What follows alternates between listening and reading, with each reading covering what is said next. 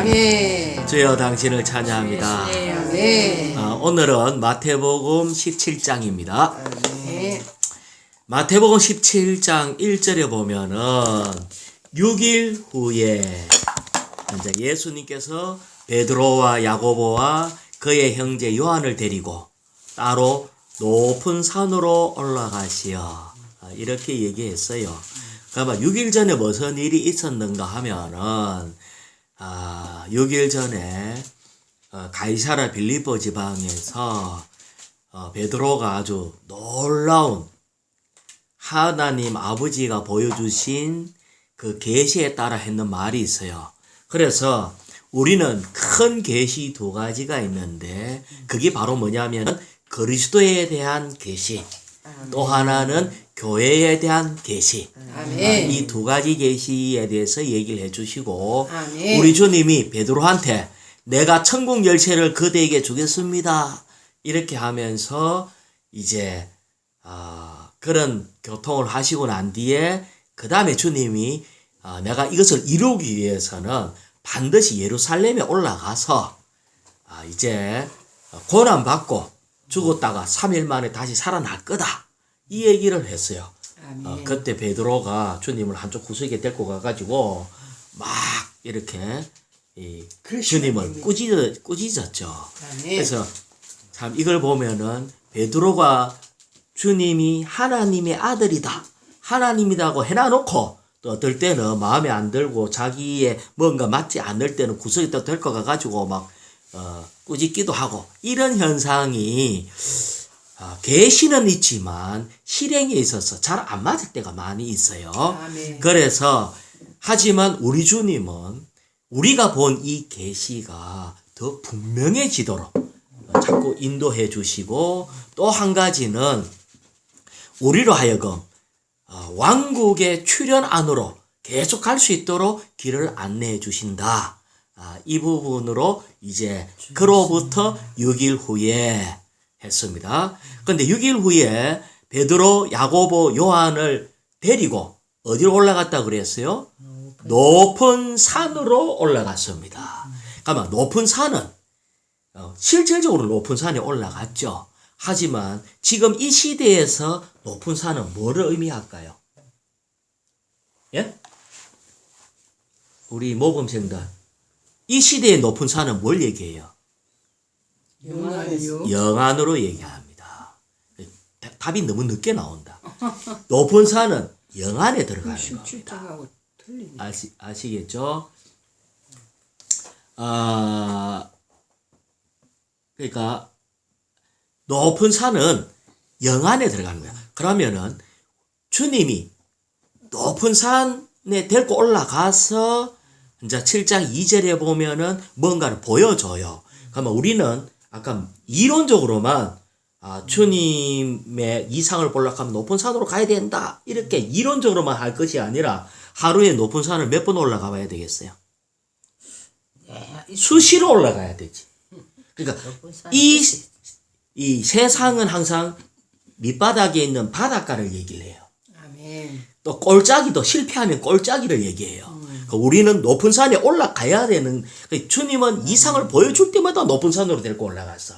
그러면 우리의 태도는 항상 아침, 점심, 저녁 수시로 주, 예수, 아멘, 할렐루야 이렇게 하면서 산 위로 높은 산, 이상을 보려면 높은 산으로 올라가야 된다. 이론의 문제가 아니라 실제로 이런 산에 올라가는 그런 영을 가져야 돼. 그래서 우리가 집회정에 자꾸 찬송을 한다든지 주 이름을 부르는 거는 한순간에 빨리 영안으로 올라가자, 높은 산에 올라가자, 이 말을 하는 거예요.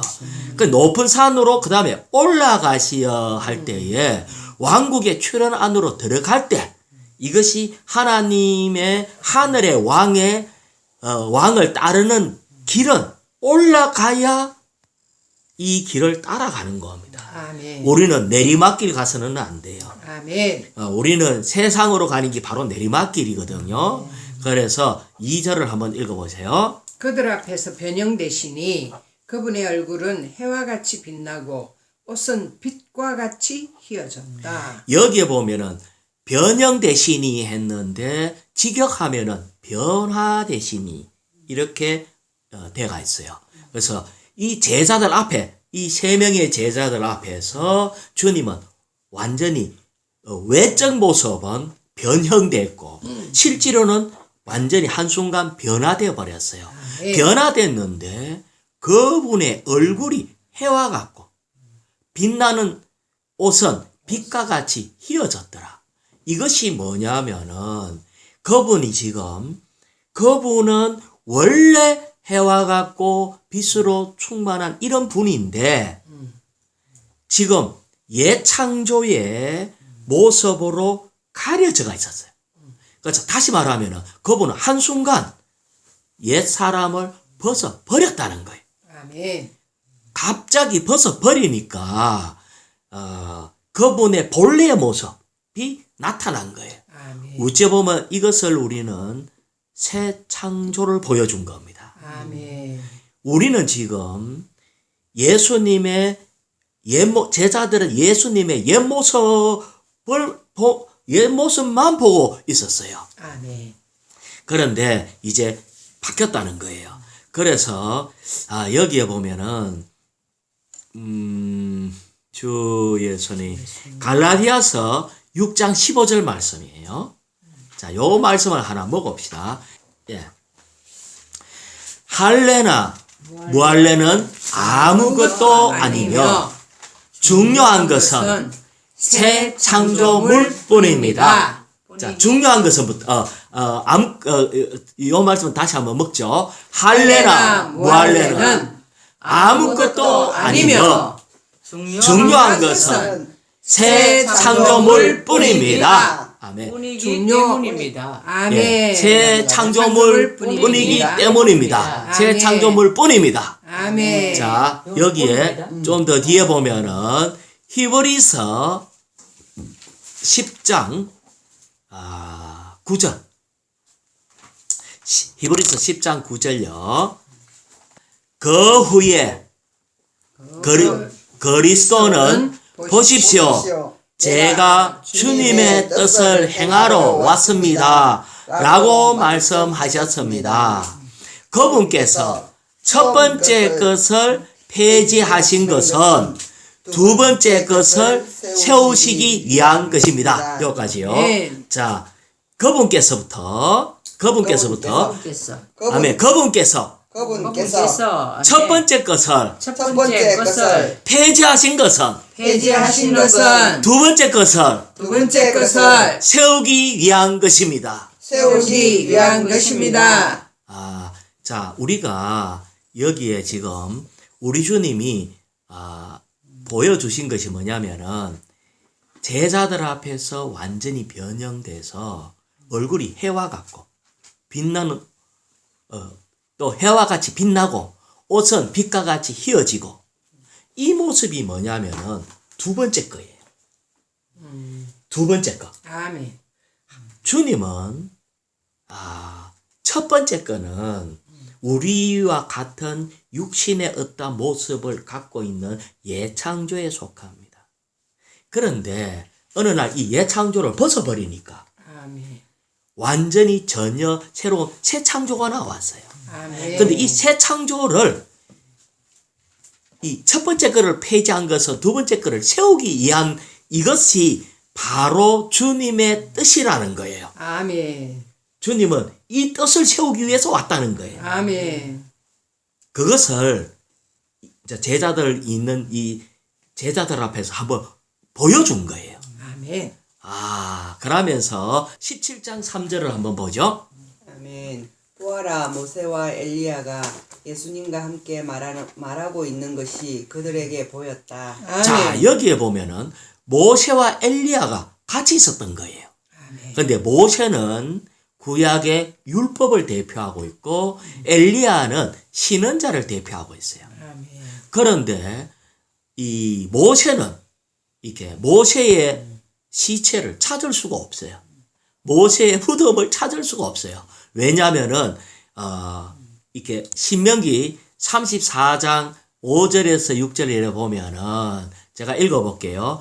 이에 여호와의 종 모세가 여호와의 말씀대로 모압 땅에서 죽어 벳볼 맞은편 모압 땅에 있는 골짜기에 장사되었고 오늘까지 그 묘를 아는 자가 없으리라. 이게 없어요.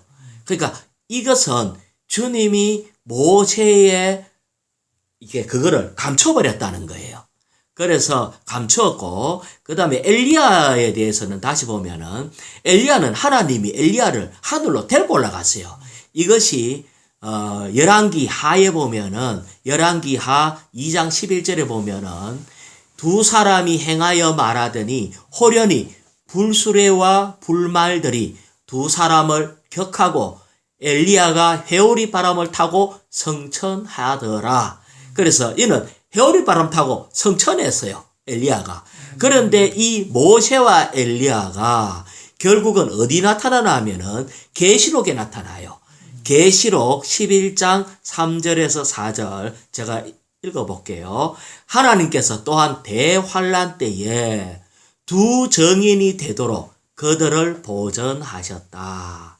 그러면서 여기에 내가 두 정인을 시켜 1260일 동안 베옷을 입고 예언하게 할 것이다. 이 시대, 이건 언제냐면은 계시록의 이 대환란 동안에 이 모세와 엘리야가 예언을 합니다. 왜 이들이 예언을 하느냐 하면은 이때는 은혜 시대가 끝나서 그래요. 지금은 은혜 시대이기 때문에 교회가 예언을 하는 거예요.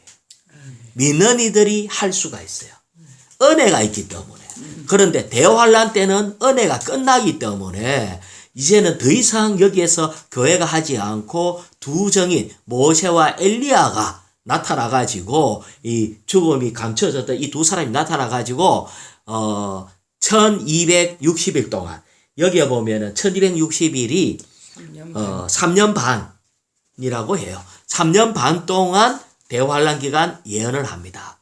그러면서 계시록 11장 4절을 보면은 그들은 땅에 주님 앞에 서 있는 두 올리브 나무이며 두 등잔대입니다 했어요. 그러니까 두 올리브 나무, 이들은 올리브는 기름을 내는 나무잖아요. 그러니까 다시 말하면 성령이 충만하다. 이 두 사람이. 그 다음에 이 두 사람이 등잔대래. 등잔대는 하는 일이 빛을 바라는 거예요. 그래서 이렇게 마지막 시대에 쓰기 위해서 이렇게 예비해 놨는데 이 마태복음 17장 3절에 주님과 모세와 엘리야가 함께 얘기하는 것을 이렇게 제자들이 보게 된 거예요. 자, 마태복음 다시 17장 4절요. 아멘. 베드로가 예수님께 말씀드렸다. 주님, 우리가 여기 있는 것이 좋습니다. 주님께서 원하시면 내가 여기에다가 장막 셋을 짓겠습니다. 하나는 주님을 위하여, 하나는 모세를 위하여, 하나는 엘리야를 위하여 짓겠습니다. 자, 여기에 지금 엄청난 광경을 봤어요. 왜 엄청난 광경을 봤나 하니까 우리가 알고 있는 예수님이 다른 모습을 했어. 이것은 빛이 충만한 전혀 이 예창조에 없는 전혀 새로운 모습으로 갑자기 변화됐고, 그러고 구약에서 가장 존경받는 두 사람이 나타나가지고 세 분이서 얘기를 하니까 너무 어떤 면에서는 충격적이었어. 그러면 이렇게 충격적이었을 때 주님, 우리가 여기 있는 것이 좋습니다. 장막 셋을 내가 짓겠습니다. 이 말의 의미가 뭘까요? 자, 여기에 이거 너무 좋다. 이 장막 셋을 지어가지고 하나는 주님을 위해서, 모세를 위해서, 엘리야를 위해서. 살자.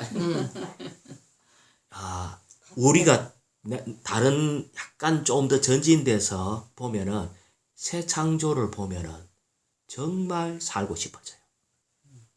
아시겠죠? 우리는 새 창조가 나중에 새 예루살렘으로 나타나. 그전에는 물론 새 창조의 맛보기인 천녀왕국에서 볼 수 있어요. 하지만 이 땅에 없는 그림이에요. 한순간에 그걸 볼 때 우리 마음이 매혹돼서 다른 건 다 모르겠고 이 자기가 뭐 여기에서 산 꼭대기 높은 산에서 자기들이 무슨 집을 짓겠단 말이고 이치에도 안 맞지만 딱 한 가지 마음 너무 좋다 살고 싶다 여기에 매혹됐다는 거예요. 우리가 말은 새 창조를 얘기하고 있지만 새 창조에 대한 이상을 제대로 본다면 이 사모함 때문에 나는 여기에 살고 싶다는 마음이 생기는 거예요. 우리의 본향, 우리는 항상 찬송은 그래 하잖아. 우리의 본향 어쩌고 우리가 돌아갈 고향 이라면서 우리는 우리의 힘이 끄는 하늘에 있는지라 하지만 그것이 너무 아름답고 살고 싶은 곳이라는 거예요. 아멘. 이 세상에서 어떻게 살았든지 이것은 다 잊어버려요. 다 잊어버리고 정말 참 만족되는 새 창조를 기억해야 된다. 아멘. 네. 그러면서 이제 짓겠습니다. 그 마음은 받았어. 그런데 여기에 하나는 주님을 위해서, 하나는 모세를 위해서, 하나는 엘리야를 위해서 짓겠습니다. 이렇게 할 때에 17장 5절요. 그가 아직 말을 채 끝내기도 전에 자, 그가 아직 말을 채 끝내기도 전에 갑자기 말하고 아직 더 무슨 말 할지 모르지만 제대로 끝나기도 전에 뭔가가 있었어요. 계속 얘기해봐요. 보아라 빛나는 구름이 그들을 덮으며 구름 속에서 음성이 들려왔다. 그는 나의 사랑하는 아들이요 나를 기쁘게 하는 아들이니 너희는 그의 말을 들으라. 여기에 보면 말이 채 끝나기도 전에 갑자기 음성이 들려서 봐라 이 말이 들리는 거야. 봐라 하고 난 뒤에 그 다음에 장면은 구름이 확 덮어버렸어. 그러니까 소리는 보아라 하는 말이 먼저 들렸어. 그러니까 이 말은 하나님이 베드로의 말이 아무런 가치가 없어서 입을 팍 막은 거예요. 아멘. 더 이상 말하지 마. 더 이상 말하면 안 돼. 하나님은 베드로의 입을 막아버려요. 우리 하나님은 상당히 오래 기다리시는 분이고 아주 예의도 많으신 분이고 아주 우리를 존중해 주는 분인데도 불구하고 갑자기 스톱! 이렇게 입을 딱 막는 거야. 아멘. 이것은 우리는 이해 못하는 이 베드로는 지금 좋은 의미에서 얘기했는데 그게 아무 쓸모없을 뿐 아니라 오히려 거스리는 말이라. 그래서 하나님이 입을 딱 막았어. 그러고는 갑자기 아무것도 안 보이도록 구름을 확 덮어버렸어. 그러고는 음성이 계속 들리는 거예요. 그는 나의 사랑하는 아들이요. 나를 기쁘게 하는 아들이니. 여기에 보면은 예수님이 침례 받을 때 이 말씀이 나왔어요. 아멘. 그런데 또 얘기하시는 거야.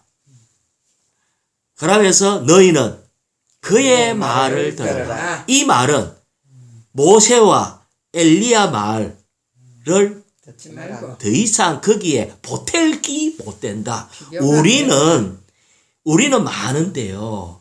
주님도 좋지만 이것도 좀 더 필요하고 저것도 필요하고 항상 그래요. 내가 주님 믿는 거 주님 음성도 좋은데 요새 이 시대에 좀 지혜로운 사람 말도 좀 필요하고 또 철학자의 말도 좀 필요한 것 같고 아니면 누구 말 그런데 이것이 오히려 우리로 하여금 혼선을 갖고 오게 합니다. 아멘. 우리에겐 무슨 말이 필요하다고요? 예수의 말.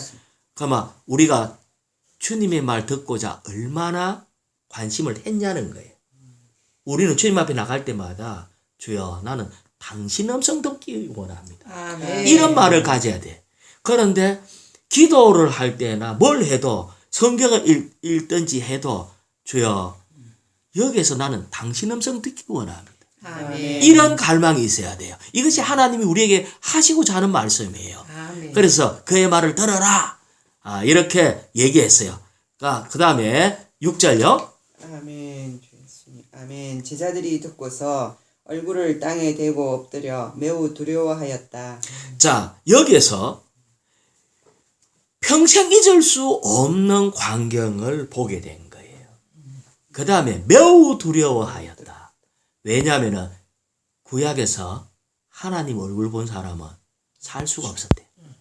그러니까 그만큼 하나님 얼굴을 보고 살 수가 없는데 하나님 음성을 듣고 예수님이 하나님의 아들입니다 했잖아요. 그러니까 이 말을 침례받을 때도 얘기했을 뿐 하늘에서 음성이 들렸을 뿐 아니라 베드로도 이 말 해가지고 칭찬받았잖아. 아멘.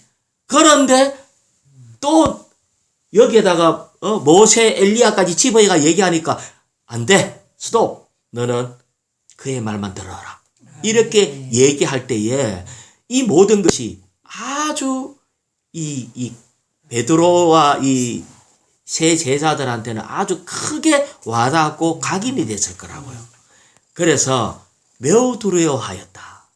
그런데 7절에 보면은 예수님께서 다가오셔서 그들에게 손을 대시며 일어나십시오. 무서워하지 마십시오. 우리는 한면에 이상이 뭐가 이상인 줄 알아요? 우리는 이상이 있다, 이상을 봤다 이래 하는데 이상은 특별한 광경이 이상입니다. 여기에 베드로, 야고보, 요한이 특별한 광경을 봤어요. 아멘. 이 특별한 광경을 봤을 때 그들 마음속에 어떤 게 있었겠어요? 내가 지난번에 주는 그리스도시여 살아계신 하나님의 아들입니다라고 했는데 칭찬까지 받았지만 여기에 대한 특별한 광경을 딱 보자마자 진짜네. 진짜다. 잊을 수 없는 광경으로 각인이 되는 거예요. 그래서 아멘. 근데 이상하게 우리가 이상을 볼 때마다 두려워져요. 요한이 나중에 계시록 때도 이 이상을 볼 때에 개구리처럼 이렇게 엎드려지게 되고 다니엘도 이렇게 거꾸로지고 이런 무서워하는 것이 있거든요. 자, 17장 8절요. 7절. 8절요.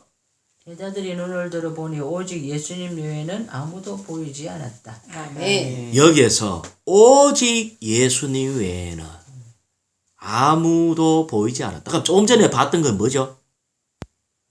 사라졌잖아요. 사라졌다는 것은 실제가 아니다. 가만. 예수님 외에는 아무것도 실제가 아니다. 오직 예수님만 실제다. 우리는 이걸 붙들어야 돼요. 우리는 오늘날 눈에 보인다고 보이는 모든 것이 실제라고 생각하면 안 돼요. 이거는 다 그림자다. 다 지나가는 거다. 모세 율법도 지나가는 거고 아멘. 엘리야 선지자도 지나가는 거고 아멘. 이 어떠한 가르침도 다 지나가는 거다. 아멘. 뭐만 실제다? 예수만. 그리스도만 실제입니다. 아멘. 예수 그리스도만 실제입니다. 그래서 우리는 실제를 붙들어야 된다고 할 때에 내가 영 안에서 주님과 연합된 것만이 실제다. 그럼 다시 말하면 영을 놓쳐버리면 실제가 없다. 여기에 대해서 좀 더 인식이 있길 원합니다. 아멘. 자, 또 다시 9절요. 그들이 산에서 내려올 때에 예수님께서 그들에게 당부하셨다. 자, 예수님이 당부했어요. 약속 지켜라. 사람의 아들이 죽은 사람들 가운데서 살아낼 때까지는 아직까지 안 돌아가셨는데 십자가에 안 죽었지만은 십자가에 못 박혀 죽은 사람들 가운데서 살아날 때까지는 말하면 안 된다 이 말이에요. 아무에게도 말하지 마십시오. 그 본 것을 아무에게도 말하지 말라. 왜?